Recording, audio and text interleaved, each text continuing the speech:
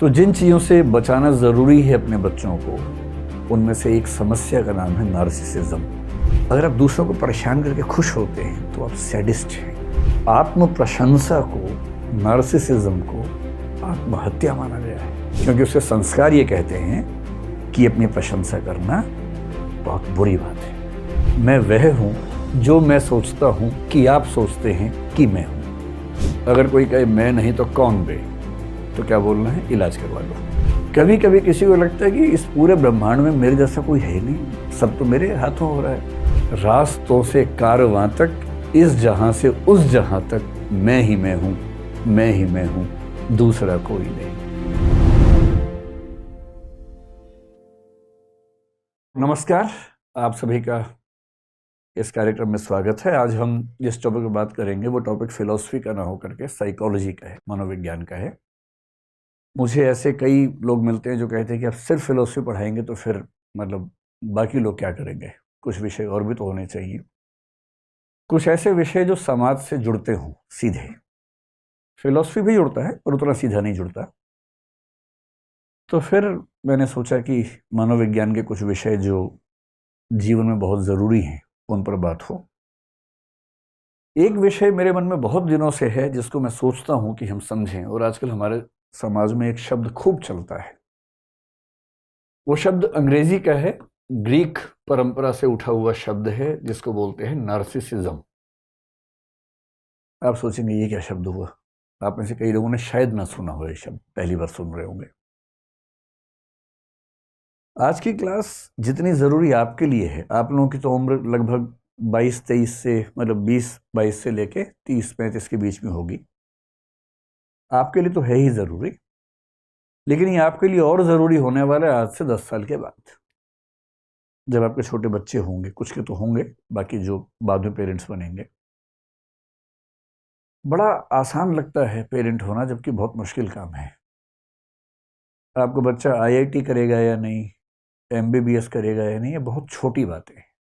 कर लेगा तो अच्छी बात है, ना करे तो कोई बुरी बात नहीं है, सामान्य सी बात है। पर आपकी संतान, आपका बेटा या आपकी बेटी एक कायदे का इंसान बनेगा या नहीं, ये ज़्यादा बड़ी बात है।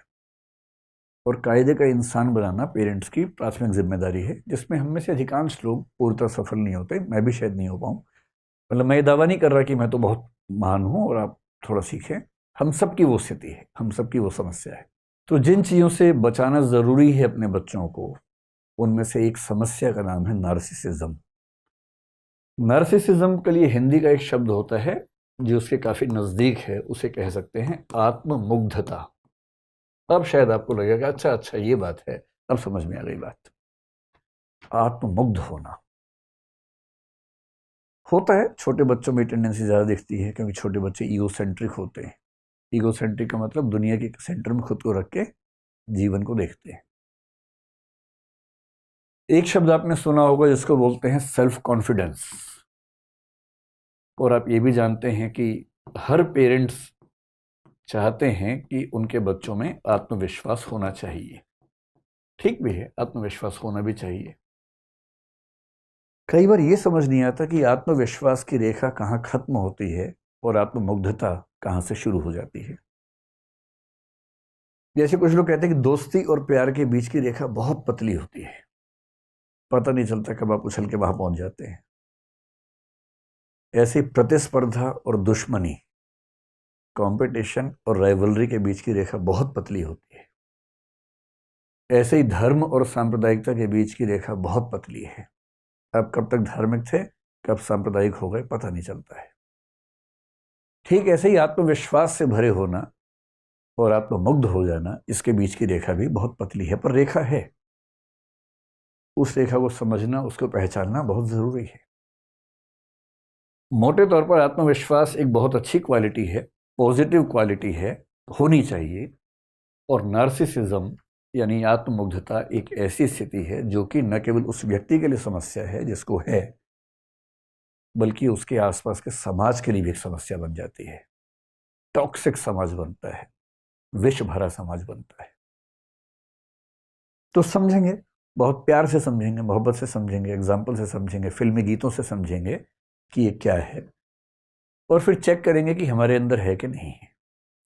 मतलब मनोविज्ञान पढ़ते हुए एक सामान्य टेम्परामेंट क्या होता है कि मैं तो ठीक हूँ, बाकियों के अंदर है ये प्रॉब्लम। और मजे की बात है, बाद में समझ में आता है कि नहीं, मैं भी ठीक नहीं हूँ, मेरे अंदर भी है। तो शब्द को लेकर तनाव मत लीजिएगा, ये शब्द कहाँ से आया, मैं भी आपको इसकी पूरी कहानी समझाऊंगा, फिर आप समझ जाएंगे कि इतना मुश्किल शब्द क्यों बनाया गया। इसके पीछे कहानी है, रोचक कहानी है। उसमें आने से पहले पिछले 30-40 साल में दुनिया भर में, विशेष रूप से पश्चिम में, देखा गया है कि नार्सिसिज्म यानी आत्ममुग्धता की टेंडेंसी बहुत बढ़ी है। ऐसे सर्वे हुए, और मैं हवाई बात करने से बचता हूँ, मैं तो जो मेडिकल साइंस के सर्वेज हैं, साइकोलॉजी की एसोसिएशन के सर्वेज हैं, उनके बेस से बात करता हूँ। एक सर्वे ने बताया कि 1962 और 1990 के बीच में अंतर ये है अमेरिका में कि 1962 में 12% किशोर बच्चों में, एडोलेसेंट बच्चों में ये टेंडेंसी देखी गई थी, और ये टेंडेंसी 1990 के दशक में आते आते लगभग 77 से 80% बच्चों में देखी जा रही है। 12% से 80% की बात कर रहा हूं मैं, 1-2% की बात नहीं कर रहा हूं। तो एक बड़ी समस्या तो है। भारतीय समाज में उतनी बड़ी समस्या कुछ लोग मानते कि नहीं है, लेकिन ये मानना पड़ेगा कि आज के समय में वो भी दिखना शुरू हुआ है। एग्जाम्पल से बात करते हैं ना, सैद्धांतिक बात क्यों करें। आत्ममुग्धता का एक लक्षण होता है व्यक्ति को ये लगने लगना कि उसके जैसा कोई नहीं, मैं इतनी सुंदर हूं, मैं क्या करूं क्या करूं। अब आप रिलेट कर पा रहे हैं? अगर आपके आसपास कोई ऐसे बोले मैं इतनी सुंदर हूं, मैं क्या करूं क्या करूं, तो उसको बोलना तुम्हें नार्सिसिस्टिक पर्सनैलिटी डिसऑर्डर है, एनपीडी है, इलाज करवा लो अपना। कोई उससे भी एग्रेसिव हो जाता है कभी कभी, उसको लगता है कि उसके बिना दुनिया चल ही नहीं सकती, मैं नहीं तो कौन बे। कुछ दिन पहले कोई रैपर है, मैं जानता नहीं, मैं रैप सुनता नहीं हूँ, तो कोई लड़की है, वो मैं नहीं तो कौन बे गा रही थी, कुछ लोगों ने मेरा एक वीडियो साथ में चिपका दिया उसके। मैं क्लास में हंसी मजाक में एक शेर बता रहा हूँ बच्चों को, तू नहीं कोई और सही, कोई और नहीं कोई और सही, बहुत लंबी है ज़मीं मिलेंगे लाख हंसी, इस ज़माने में सनम तू अकेली तो नहीं। तो लोगों ने इस तरह चलाया कि मैं उसको जवाब, मैं तो जानता भी नहीं उसको कौन है। ज़बरदस्ती लोगों ने कर दिया। पर ये दोनों ही लक्षण नार्सिसिज्म के हैं। अगर कोई कहे मैं नहीं तो कौन बे, तो क्या बोलना है, इलाज करवा लो। किस चीज़ का? नार्सिसिस्टिक पर्सनैलिटी डिसऑर्डर, एनपीडी बोलेंगे। और अगर कोई ये कहे तू नहीं कोई और सही, तो भी इलाज करवाना है, क्योंकि इस व्यक्ति को भी जरूरत से ज्यादा आत्मविश्वास अपने ऊपर हो गया है। जब इस तरह के वाक्य सुनने लगे आप, तो समझिए कि कुछ गड़बड़ है। अगर किसी को लगे कि मैं संविधान से ऊपर हूं, कानून से ऊपर हूं, सब मेरे सामने छोटे हैं, और वो कहे हम जहां खड़े होते हैं लाइन वहां से शुरू होती है, कालिया फिल्म में अमिताभ बच्चन जेल में कह रहा है, तो उसको क्या कहना है, तुम्हारी लाइन अलग है, वो मनोविज्ञान के रोगियों की लाइन है, वहां तुमसे ही लाइन शुरू होगी, क्योंकि तुम्हारा ही इलाज होना है। ये तीसरा लक्षण है। कभी कभी किसी को लगता है कि इस पूरे ब्रह्मांड में मेरे जैसा कोई है नहीं, सब तो मेरे हाथों हो रहा है, मुझसे बड़ा कौन है। सेक्रेड गेम सीरीज में नवाजुद्दीन सिद्दीकी का एक डायलॉग आता है, कभी कभी तो लगता है कि अपनिच भगवान है, अपनिच भगवान है।